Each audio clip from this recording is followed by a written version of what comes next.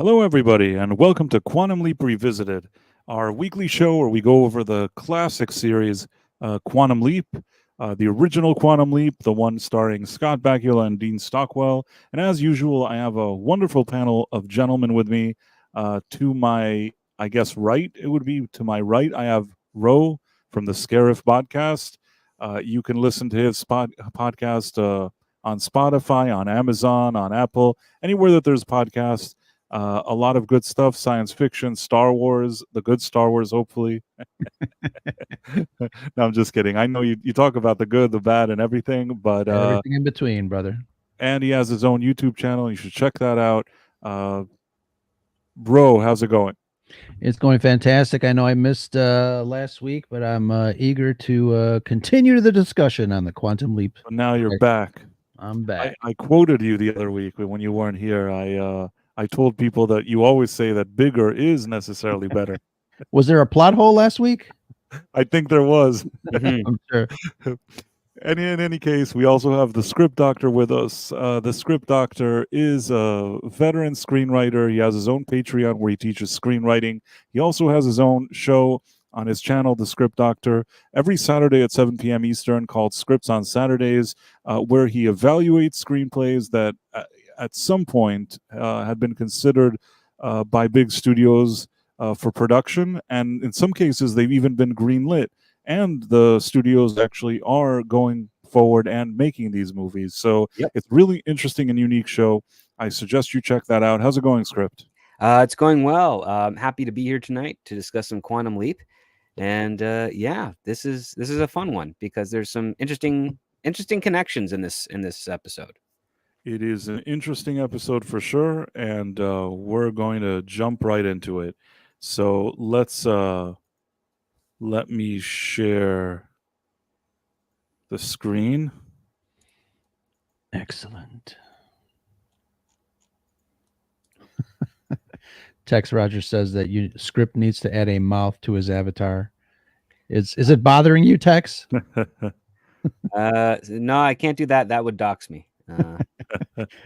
You should do like a Clutch Cargo. That'd be funny. So we're starting the episode. As you can see, it's the intro that we know and love.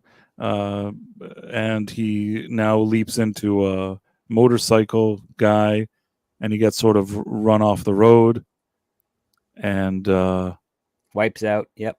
Wipes out. And then the theme song starts. And then once he's here, he is in 1958 in, I'm trying to remember the area. It's somewhere in California, I think, in 1958. Yeah, September 1st, 1958, somewhere in California. This is really kind of the wild bunch, whatever that thing with Marlon Brando type of vibe here. Is it the Wild Ones or Wild Bunch? I always forget. I think it was the Wild Ones. They even mention it in the scene, don't they? I see. I think it was the Wild Ones. In any case, he arrives here, and then you have this guy who you would later see in, I think, like Sons of Anarchy or Batman or all of the above. Yeah, that's Mark Boone Jr. And like him, Dean Stockwell and Diedrich Bader, they have all played characters in a Batman franchise. Interesting. Yep. So, yeah, he's here, and he's like, he doesn't like Sam's character. He's trying to beat him up. He's also, he cuts his fuel line. Mm-hmm. And that's kind of like a fun thing that these guys do. It's kind of, he's the new guy in their crew, and he's sort of like this, supposed to be like a court gesture. Hazing him, yeah. He's not, this time he's not some like pretty boy. He just looks like some goofy guy. He looks like someone from like the Hills, the Hills Have Eyes, actually. Yeah. And then Al comes in and he's like, Sam, I used to have a motorcycle. Man, I used to drive it around with the sun in my face and the wind. I'll tell you, and sometimes I had ladies. I'd ride them on the bike. I don't know what he starts saying, and he's like, there's one thing I can't do on the bike, though. And he gets all of his like innuendo stuff. Right. Well, you can't do it while driving. I know that for sure. So then he finds that this guy, I guess, knows how to draw, and he drew this girl. I don't It's know the if he's in character it. of the female lead, Becky, Yes. the very cute Josie Bissett. Oh, is she familiar? Like She's been in a bunch of things. Most recently, she was in Fantasy Island TV series for an episode. She's been acting pretty consistently since the 80s. She was on Melrose Place for like several seasons. Oh, yes, I know who it is. I know who she was married to Michael the Doctor. I guess here she just had long hair, so I didn't notice because there they gave her like a bob or something. Yeah.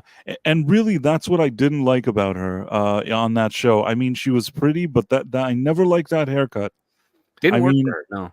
No, I mean, and again, I'm going to sound like a douche now, and I apologize, but I will say this. There are certain ladies that can get away with doing this kind of very short hair style, but most women can't. I'd say that there's probably, maybe 10% of the ladies that try it can make it look good, and maybe 90% that try it, it probably doesn't look as good as something else would on them. I didn't even recognize that it was the same actress. Now that you're saying it, and I look at her here, this is a lot more suitable for her, this look. Oh, yeah, absolutely. This is how she should have just always looked, I think. But that's just my opinion. Doesn't matter what I think. Anyhow, Sam shows up, and these guys are here, and he's the kind of court jester. He got there. He showed up to this bar that they're all hanging out in. And then this is the main guy. I forget his name. What's the name of the character? Dylan, I think it is. Dylan, right. Yeah. And Dylan's sort of like, he's seemingly kind of nice to her, but not really. He seems more like a douche. There's moments that he seems a little... that doesn't know anything. Yeah. Yeah, but I mean, initially, you don't know if he's completely good or bad. It seems like there's sides of him that aren't terrible. Like he's trying to sort of be supportive and listen to her. She talks about her poetry or whatever it is.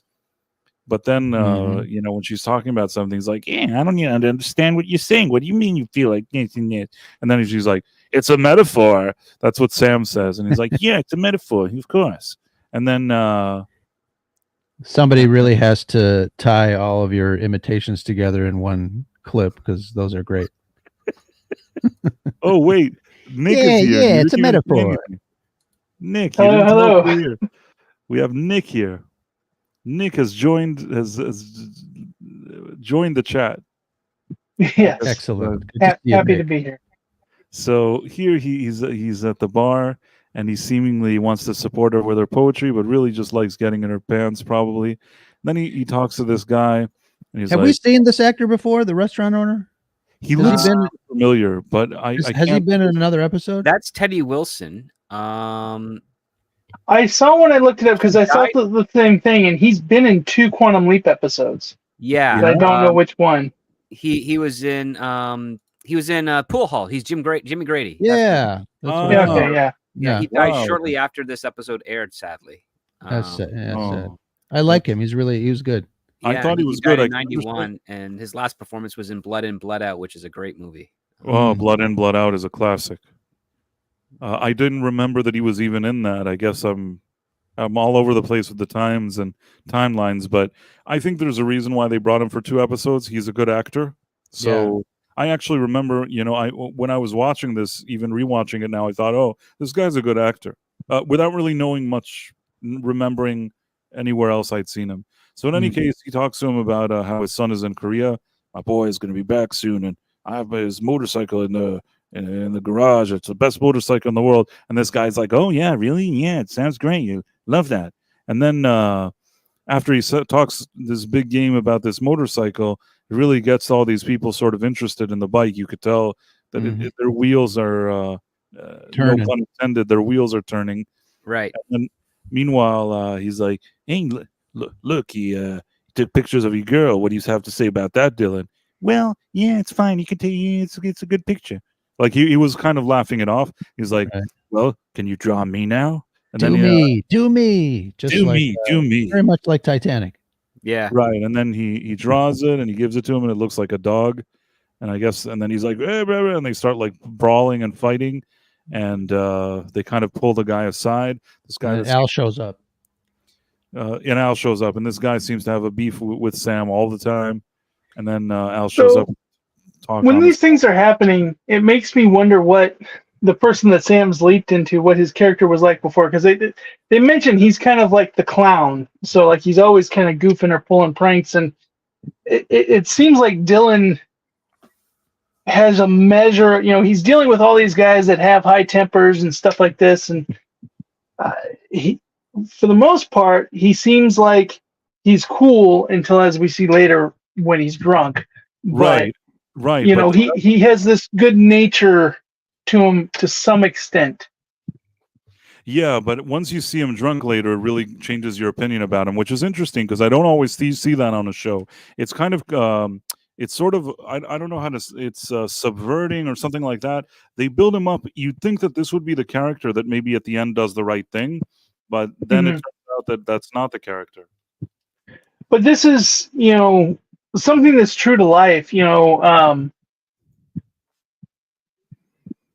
just pulling on my experience as a minister, that, there are times when there's certain ones who are very charming in public settings that, everyone, oh yeah, he's the greatest guy. And that might be the one that, is not good in the home setting, that is violent or shouting or, is a very, toxic relationship to those that are close to them, but when they're in public, they're very, very charming and kind of have that everybody thinks, oh, they're so great. I agree with you. A lot of times, it's not sort of a black and white situation. In real life, you could meet a guy who's so charming and he looks like he's great and social and all this stuff, and then later you find out that guy beats his wife, and you wouldn't have made that connection because there are people that are really able to compartmentalize that kind of thing and really do that. So I agree with you, Nick. You don't always know. And this is a good example for it. He's a guy that knows how to be a charmer when he needs to, but then you see sides of him where he gets upset and suddenly, and it also the thing that he's drinking, there are people that maybe are kind of nice and whatever, then they drink and they become a whole different person. But yeah. It doesn't matter what the reason is. The bottom line is if he gets drunk and he does terrible things, then he's not a good guy for this lady to be around. And now Al also is like saying, Sam, she's going to die if you don't do something. And he's like, well, what am I going to do? What am I going to do? And I think they know where she gets killed.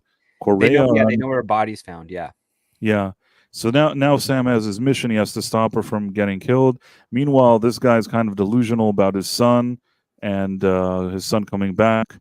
And I think here, is this guy complaining again about Sam, or what's he doing, this guy here? Well, I mean, Sam's helping out, serving the food. I mean, I guess there's no guy. I guess it's just this one guy who does the kitchen and everything because there's no one else here, just him. So Sam and and we don't see any other customers. So like when you're going along the coast, you see places out this. We just did a camping trip and to some places that people recommended, and were shocked that there was one gas station 45 minutes away, despite it being, the California coastline. And so like some of these little towns along the coastline, they've got nothing. And here there's also, I don't know if it's this part. When does Al mention Jack Kerouac? Do you remember when he mentions him? I think it was when he was actually trying to fix his bike before he walked it over. So at this point, he's walking with her outside, and Sam's being like kind of charming, trying to tell her, this is where they mentioned Jack Kerouac. You have to stay here. You can't go. You can't go with them. You have to do something else. No, this is all I have. I don't have a mother or father. I have to be here on the road, or like Jack Kerouac, or I don't know what. And then these guys show up, and he's trying to be the kind of funny persona, although not really. And he's like, well, she's my girl now. And then they like having a laugh, kind of just not to raise suspicion. He's like, all right, get on board. And then they all kind of drive away. And at this point, that guy taunts him.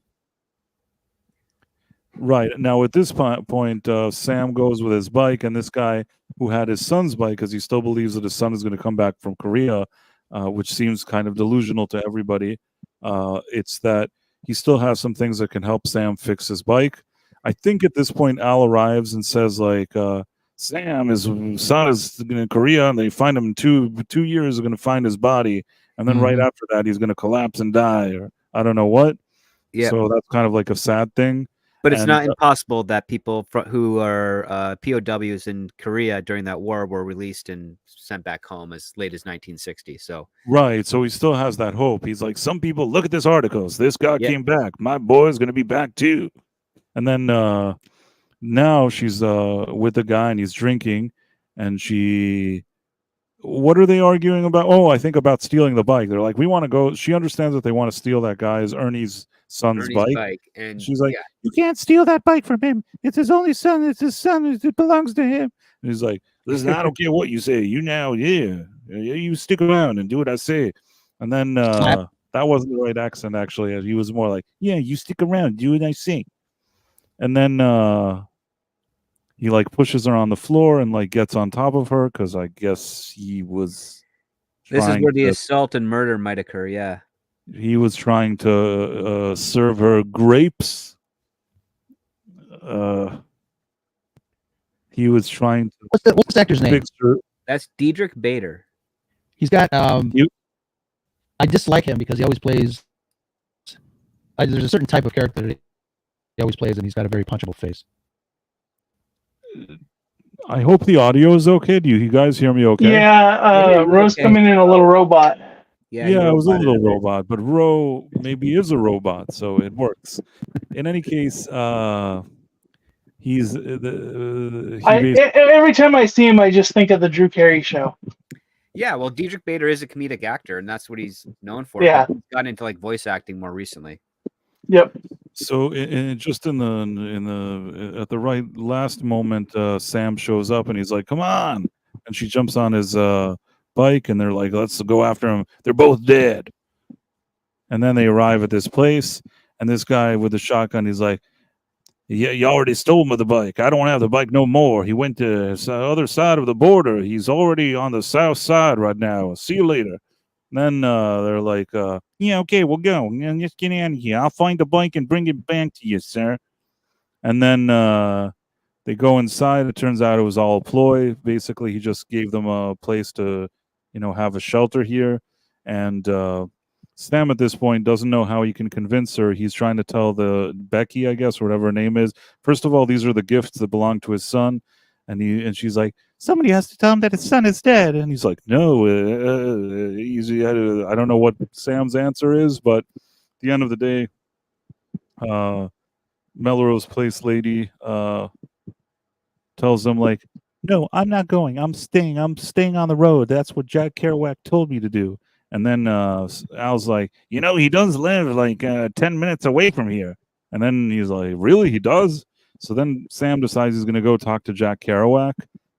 This was all things considered, this was a really heavily involving in a historical figure within the episode, but yeah, fine, I guess. So then he goes. It was kind of weird. Rose back. He got rid of the robot. He got rid of the robot? Yeah, so he's back in the. There you go. Back in the studio. There you are. Okay. But so like Don Belisario apparently knew Jack Kerouac, Jack Kerouac back in his younger writing days, and that's why he was included in this. Maybe that's why he felt the need to kind of give him a more meaty role.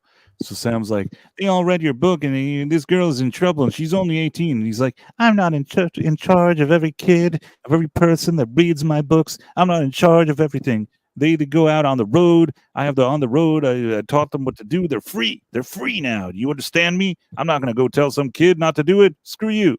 And then Sam's like, okay, whatever. I mean, he still tries. You told these kids it's your responsibility. But then he sees he's not getting anywhere, and he goes back to the coffee shop, which, of course, during this time, all these rotten people showed up. And now they're they were waiting for him. They're holding the bad guy. Like the bad guy is like they're holding the Ernie guy. And Becky And in any case, they're just like, no, now we're not. They're pissed now. I don't know. I'm trying to remember what the dialogue was here, but it's probably along the lines that they're going to kill them. And then Becky's like, no, it's okay. I know I didn't mean to go. I made a mistake. Now I'm going to be with you. You're the best. You're great. You're great. I want to be with you. And then the horror, he spills the sugar. Or salt. Spills the sugar. Yeah, something, yeah. And Ernie is really heartbroken over this sugar ordeal. And then at this point, I'm trying to think of how they get outside. Why are they outside here? Oh, because someone's taking the son's bike, and so he's Mad Dog took the son's bike, and then he goes out and he's like, "You get off my son's bike. He's coming back tomorrow from Korea." And the guy's like, "Shut up, old man." He throws him to the floor. And then at this point, Sam springs into action. He wants to, go on one-on-one with Mad Dog or whatever his name is. Yep. And then Dylan is like, yeah, let him fight. And then they go and Sam does his special karate kick thing, karate situation.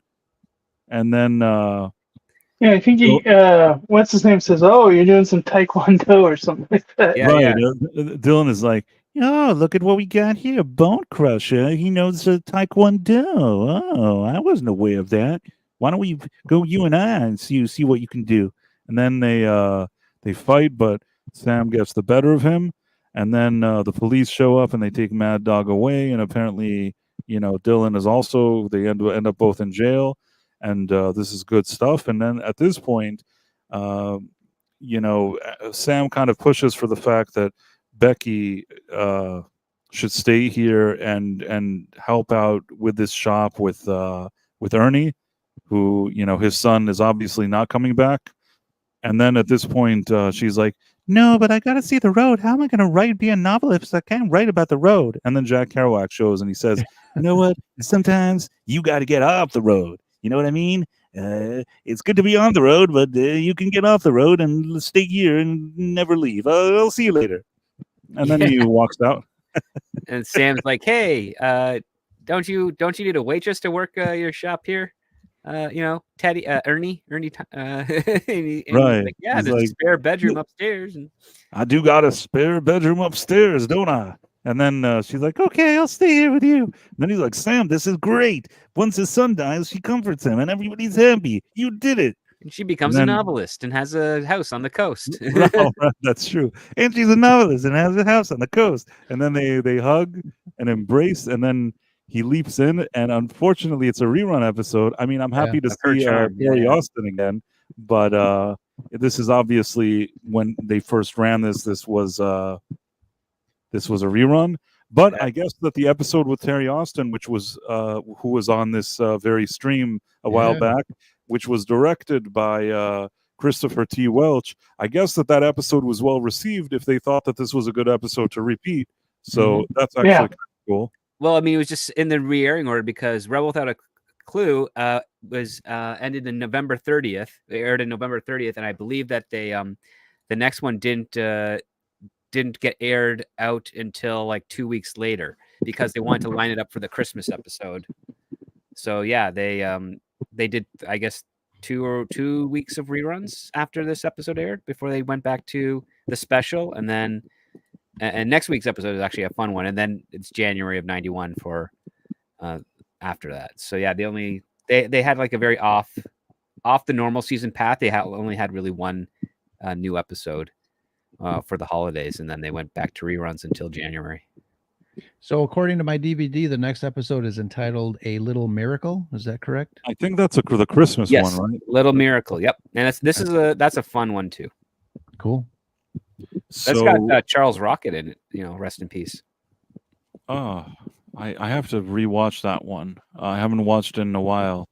I wanted to talk about this episode because first of all, it was rather simple.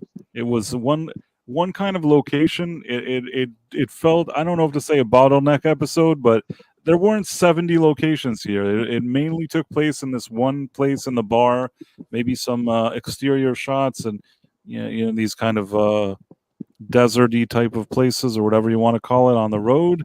But for the most part, I feel like this probably wasn't the most expensive episode to produce when it comes to the production itself, if that makes sense. Yeah, the only other place was like that, the upper bedroom, but the cabin where he met the one guy. So yeah, I mean, they had a few things here, but it seemed like a more low-key episode. They weren't traveling in a bunch of crazy places. It seemed very limited in what very it was tight shown too. Yeah. What did you say? It's a very tight episode. It doesn't doesn't linger on certain ideas so much. Kind of like burns through them really quickly just to get the story moving. Like the pacing is breakneck speed in this episode. You're right, and that's why also, I mean, there wasn't a lot to dwell on even when we covered it. It's very straightforward. It's at a quick pace, but at the same time, the plot is also pretty simple. There's no crazy twists and turns here. It's pretty simple what's going on, and I want to start. I think that was a record for us for going through the episode in 30 minutes. Yeah, actually, it was more like 20 minutes. Right, but the truth is that there just wasn't a lot to dwell on. Sometimes we have episodes that were like dwelling on something. I guess we could have talked about the shot with the mirror because Ro usually likes to say how that one is. But I just felt it was all right. I didn't feel like there was anything at this point. They already have. Really wasn't anything. It wasn't really anything groundbreaking. No, I mean, this was a run-of-the-mill type of episode. I mean, they tried to address the PTSD in Korea, but they really just kind of gloss over it. Like super fast. I mean, everything. Yeah. No subplots, as Tex was saying. Well, and forward. I think there was some lessons in it, but I don't feel like that was the particular lesson they were going for. Because if they were going about tackling that, I think the story would have ended with him somehow getting him help for his PTSD. But it was more, I think, the moral lesson with, kind of the philosophy, the being free, the getting the enjoyment, getting out there, seeing things. That is good, but not at the detriment of your well-being and the kind of the philosophy of that time of like, don't cast any roots and be free, and that will be what makes you happy. People come up with different philosophies of what will make you happy, and it's usually some extreme thing, and people buy the book, they do these things, and then they get disappointed when they don't find happiness in it. So I think the lesson of it was more about, that you can't be so dogmatic about following a thing or just being free to miss the joys and happiness that could be right in front of you.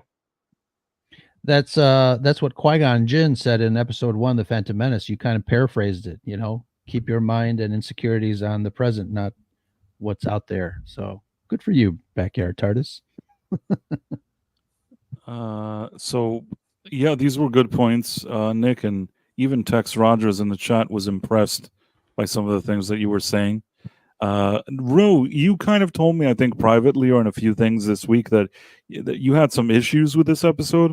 I was wondering what made you kind of feel, and even I remember you sending me a kind of a DM saying, I don't even, I'm having trouble getting into this episode. I did. Yeah. It's, and I think you guys touched on it a little bit. I think the story was super simplistic. I think I didn't enjoy the cliches of the bikers and the biker girlfriend and all that stuff. I mean, these are story elements that I think we've seen before ad nauseum.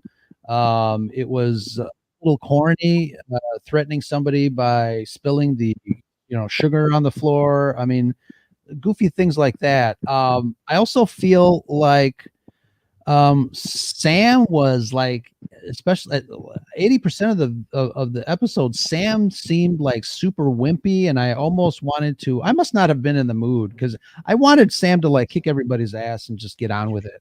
You know what? I do agree with one thing, that Sam put up with so much crap from these people throughout an episode.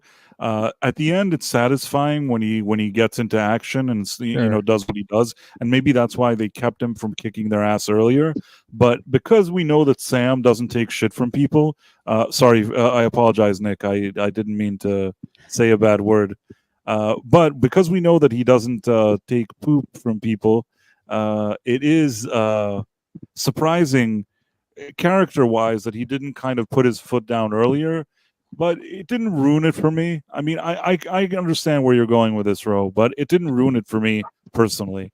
Script, what did you feel about that? I mean, it's a tough one because this is really just it's a bare bones story, and it's really it's almost like the showrunners, Don Belisario and the writing staff are getting a little bit comfortable with Sam's journeys, but one of the things that kind of feels lacking is that we're not getting as much depth in regards to the person that Sam is there to help or save, and in some cases, Sam hasn't even been there to help write the person's bodies he's in path, which has also been another part. Like, you've got to save this person so that this kid that you're involved inside of doesn't do this thing later on as a result. Like, we don't have those stakes seem to be fluctuating to more abstract and less personal than they were in previous leaps. And I think that's kind of why this episode even though I think it's actually still rather good, it's still very thin compared to what we've seen up until this point. It feels like they're kind of getting into a groove and they're not pushing themselves as they used to. Yes, I feel like this is a groove episode. I still think there's a lot of good episodes in the show, but I don't know if call it the post leap home syndrome. But Yeah. I do think that season 3 is a good season, but maybe in some cases they're already kind of coasting on what they've built here. It's still even an episode like this, I still think it's decent. I didn't suffer watching it. I still liked it, but it is very simplistic. I can't argue with Ro that this is on the simple side here. They're not reinventing the wheel. There isn't anything really that stands out, but it still has its charm, I think. Yeah. One of the things, and I've noticed this kind of as a theme this season, but in the early episodes, Sam's life that we really know nothing about almost was like a Deus Ex Machina, oh, how are you gonna, well, you're actually a doctor, or, you actually are, an amazing pianist, or, it just seemed like all he had to do was remember that he has this ability, and then he didn't know how to ride a motorcycle. And we saw that, of course, he had no experience in the trapeze. He didn't know. And they've kind of replaced that with Al having experienced everything in his childhood. I just seem like it's like this summer he rode motorcycles. This summer he worked in the pool hall. You've said this before, and ever since in an you've said orphanage. Right. I mean, Nick was the first one on this stream to bring this up, that Al is just kind of like, what do you call that? Like that knife, like the knife, the MacGyver knife. You know what I mean? That has all the different knives. Oh, the Swiss Army knife. Yeah. The Swiss Army knife. Yeah, that's what I meant. So, but I feel like the first season and a little bit into the second season, it was Sam that like, oh, well, you're like this expert martial artist, and you're this expert. Like, it was like everything. It was like, you're just the guy, you went to college, you got all these degrees, you're also an athlete, and you're this, you're that. And it was kind of like, whoa, how is he this much of a perfect guy? So I do like that, like, we're starting to get more stories of him being more the fish out of water. If you've never ridden a motorcycle and all of a sudden you're on one and you don't know how, you've not had training and balance, and you're going 60 miles an hour down the road, you're going to crash. Yeah, and I want to say that Tex Rogers had an interesting comment here that I think he wrote. This could have been quite interesting if Sam had leaped into Dylan. And I understand. I mean, if he was suddenly the leader of this gang, that's kind of strange. It's a more fish out of water, and maybe you could tell a different type of story. I mean, he couldn't be accused of killing her if he's him. That would be kind of weird, because... Well, I think then it would have been Mad Dog that would have been the killer. Yes. Mm-hmm. That could have been an option, but I can understand why they didn't do that, because it's like what you guys mentioned here just a second ago. He's on a motorcycle. He doesn't know how to ride it. To say that he's now the leader of the gang, maybe it's stretching it a bit. Unless you say, Sam, don't you remember you were a champion motocross cyclist or something? I don't really see how he could lead a gang of bikers. Yeah. That would be weird. I agree. And so this, kind of like Ro, this episode kind of hit funny for me. I can't remember his name right now. I feel bad for that because he's the actual historical figure, but like that guy was annoying me to no end. Yeah, Jack but Herbeck. Yeah. So shortly after I got married, the economy dropped, and my father-in-law, who already was a motorcyclist guy, a Harley guy, he was losing his shirt in the crunch, and he went through a midlife crisis, and he went out and joined a biker gang and left his wife with us and took off, and he married someone from the biker gang, and which that was an interesting thing to see somebody with an eye patch commission a wedding and the bride moon the audience, and everybody was decked out in Harley leather. Wait, you were at the wedding of the guy that ran away? My father-in-law, yeah. Like he left. I mean, he reconnected with us, but like he left our home, went off, going through this midlife crisis, found a new family, all that kind of stuff. But we were still. You still were nice to him, so you went to his wedding where he mooned you and then drank. Well, he didn't. His new bride did. Oh, his bride mooned you. Wow. Yeah. So I turned to my wife and said, "Well, that's your new stepmom." That's kind of a downer. I guess that's what you were telling me this week, that you weren't so excited about this episode because you don't love biker gangs, but yeah. So it's just, but like there is that culture of like they're very rowdy, very, they're not necessarily going around and breaking the law, but they're also not exactly following the law. They get out of hand in places and spilling sugar. Yeah, like that kind of stuff, like getting in a bar fight, that kind of stuff. Not uncommon.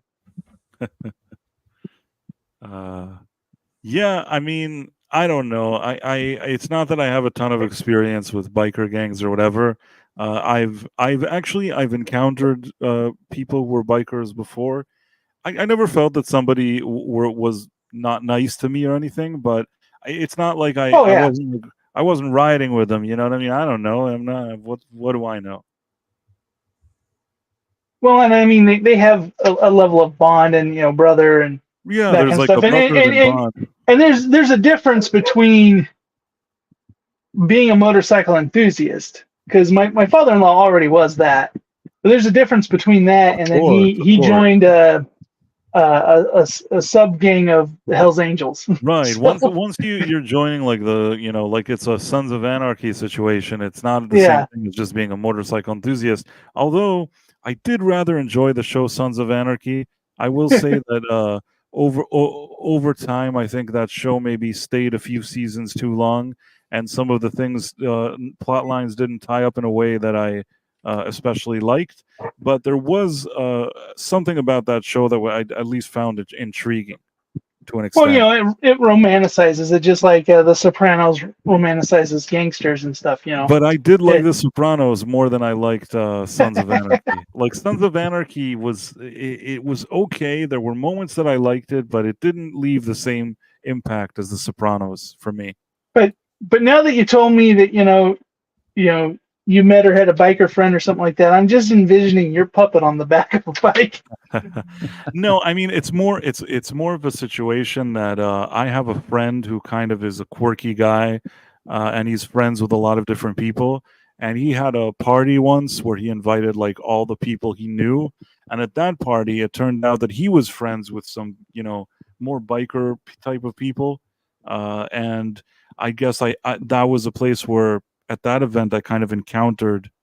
I don't often find myself in the same location as sort of a biker gang type of situation, but they didn't do anything bad. They didn't, didn't. I didn't ride. They weren't riding around with me on the hood of the thing. I don't know what word I'm looking for, but I wasn't on their bike. Although it could be a good idea for a video, me like on a motorcycle. That would be interesting. Well, and it's funny, like the scene of all of them in the diner.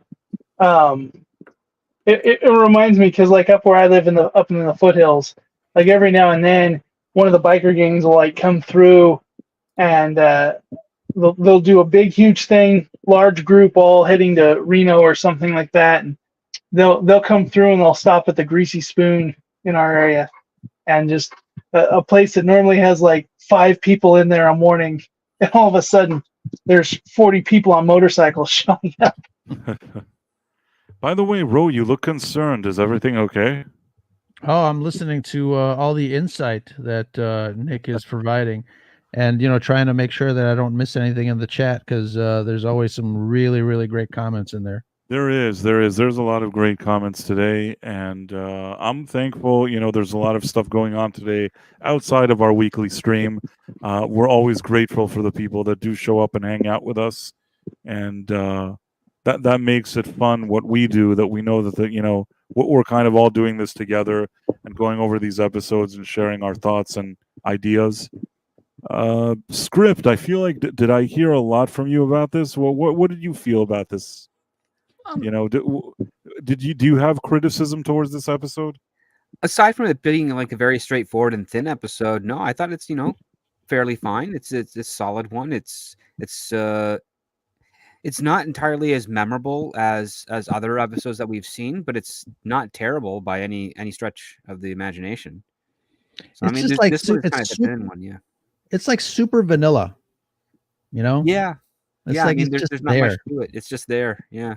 Yeah. That's Not fair. that there's anything wrong with vanilla. I like vanilla, but I still. like vanilla too.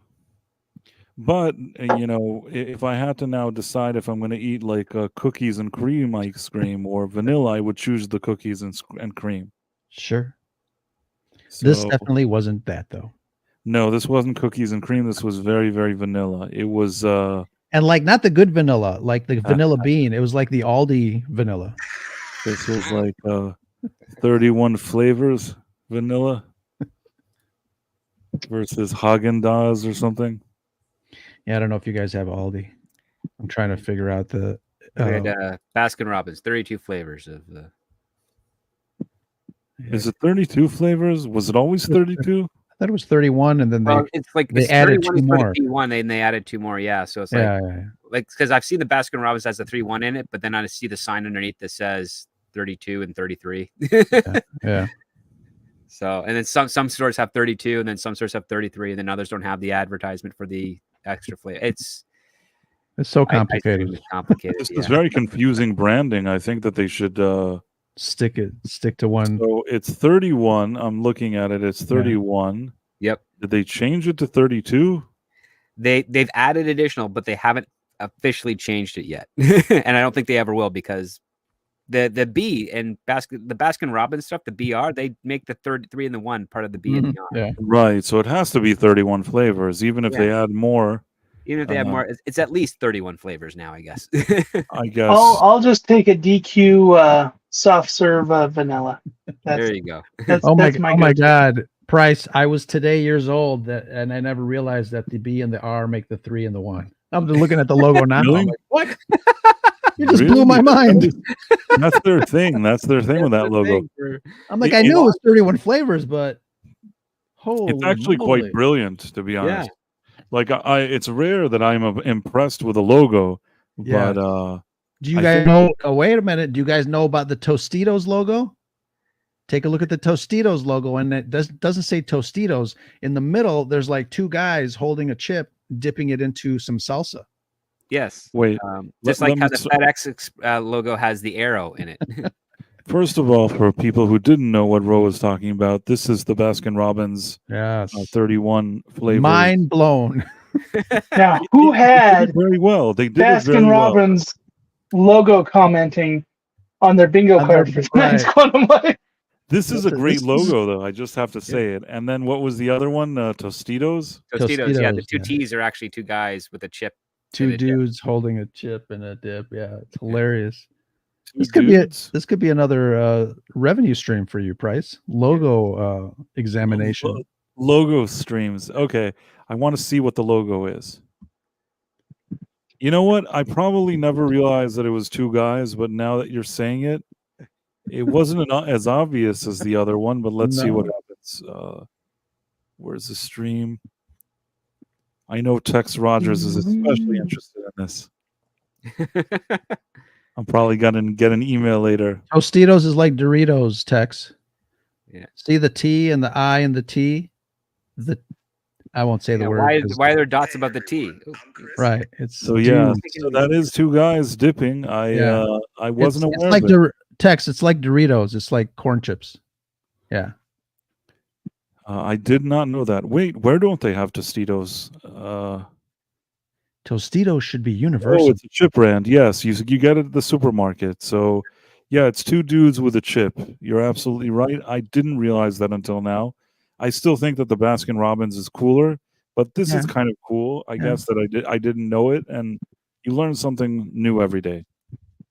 See, when you see stuff like this and the branding and stuff, and then you see some of the stuff coming out of Hollywood right now, like sometimes it's like, man, they just make that logo in a word processor. Right. They made those logos like 40 years ago. The problem is we don't have any new brands that make any new logos like that today. Like, there's no thought. It's flat across the board. Like, that's the tragedy of it. Yeah, but I just mean like sometimes when they just throwing this out as an example because it's been something that a lot of people have been talking about lately. But like a couple years back when like Lucasfilm threw up all those logos for all the different movies. Like nothing creative, nothing like this, and yet those are innovative. Yeah, but I mean, like for the money that gets poured into those projects, but grocery stores and food products, they put so much into that, trying to get us to buy and have subliminal messaging. Sure. Now I'm looking at the FedEx logo. Yeah. Yeah, you don't notice the damn arrow until somebody tells you.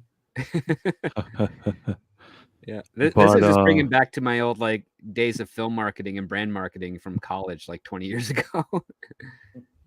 My wife just the other day said, "Take a look at." There was an Amazon truck that passed by, and she goes, "Take a look at the Amazon logo." I'm like, "Yeah."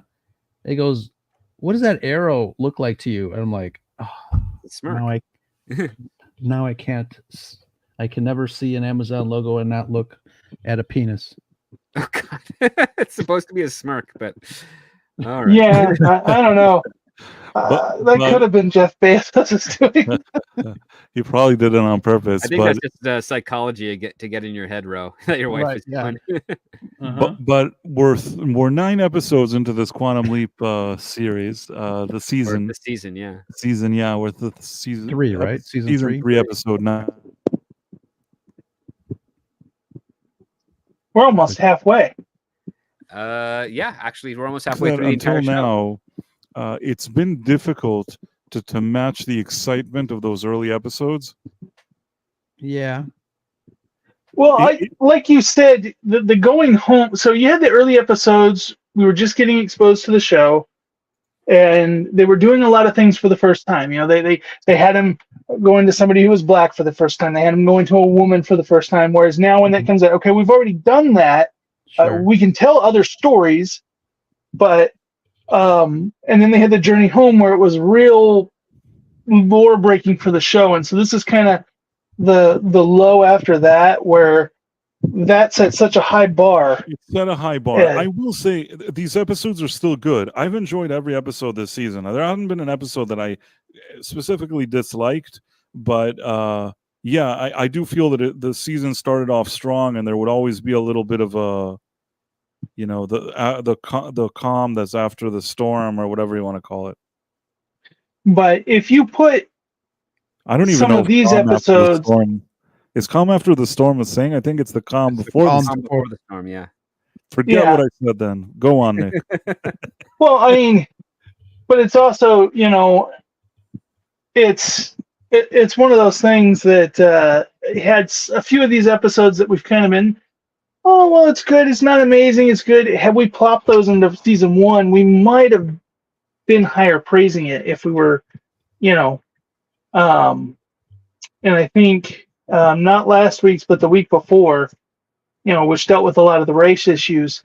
I think if we had swapped that out with the one in season 1, the first time he went into a black man, I think it would have been just as impactful if that was your first episode.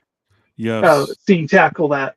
But because we've already seen it a couple of times, it's not as impactful. Not as impactful. Even though that was a very intense and really left you thinking after the episode, it's not as impactful now that they've done that storyline already.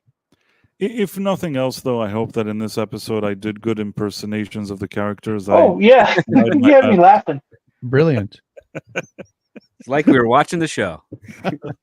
And I would liken this to the mobster episode in season 1. Oh, yeah. Yeah. That was when we were kind of like, it kind of had the same corniness factor to it. Yeah, I agree. I guess so. But yeah, I didn't mind the episode. I still enjoyed it. Like I said, I haven't seen an episode that I really disliked until now. I don't think, even throughout all the series, everything that we've seen until now, there hasn't been an episode that I'm like, oh, I dislike this episode. There have been better ones. None of the episodes have offended me at all. No, yeah. I mean, and at least none of these bikers asked Brie Larson to smile. Nice. They weren't. None of these episodes were a disaster, and I think that's a testament for what this show is. That even if there's highs and lows and ups and downs, I think that even just an average episode is at least pretty good, or at least decent, or at least enjoyable for a viewing. And yeah, it's going to be interesting as we progress in this season to see what else we see here.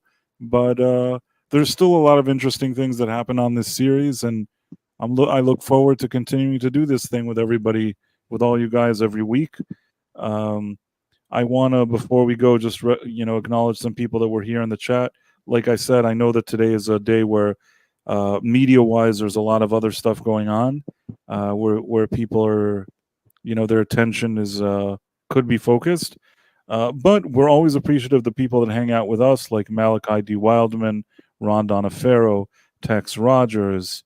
I hope I don't miss anybody here.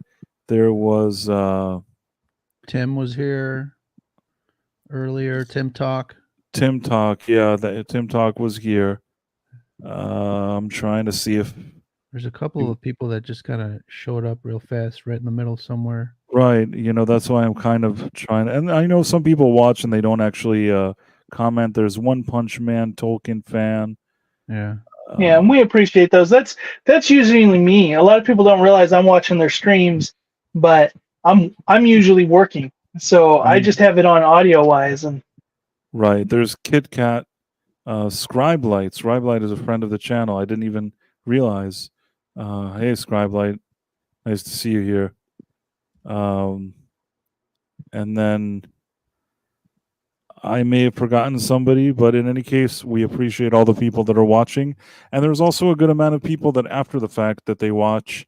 A lot of times it's not uncommon for me to get comments from Joshua Calkins and Super Mario Brothers 3 and a few other people that I know regularly watch the rerun.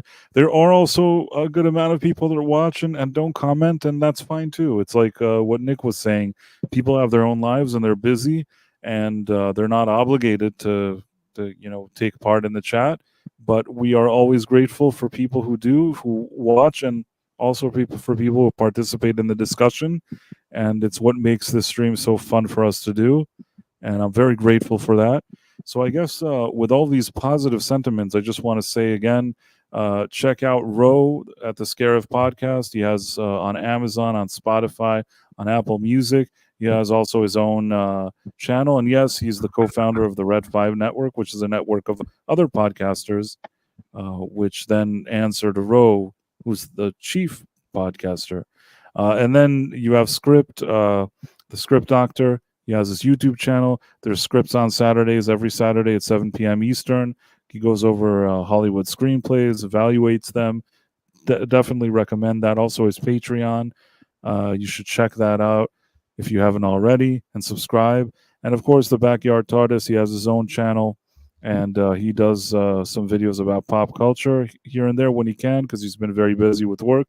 But there's also Adventures in Locksmithing, which is a second channel, and that actually has videos from Nick on the job, and always interesting to see the kind of adventures and interesting situations he gets himself into there. So you should check that out, his channels and everything.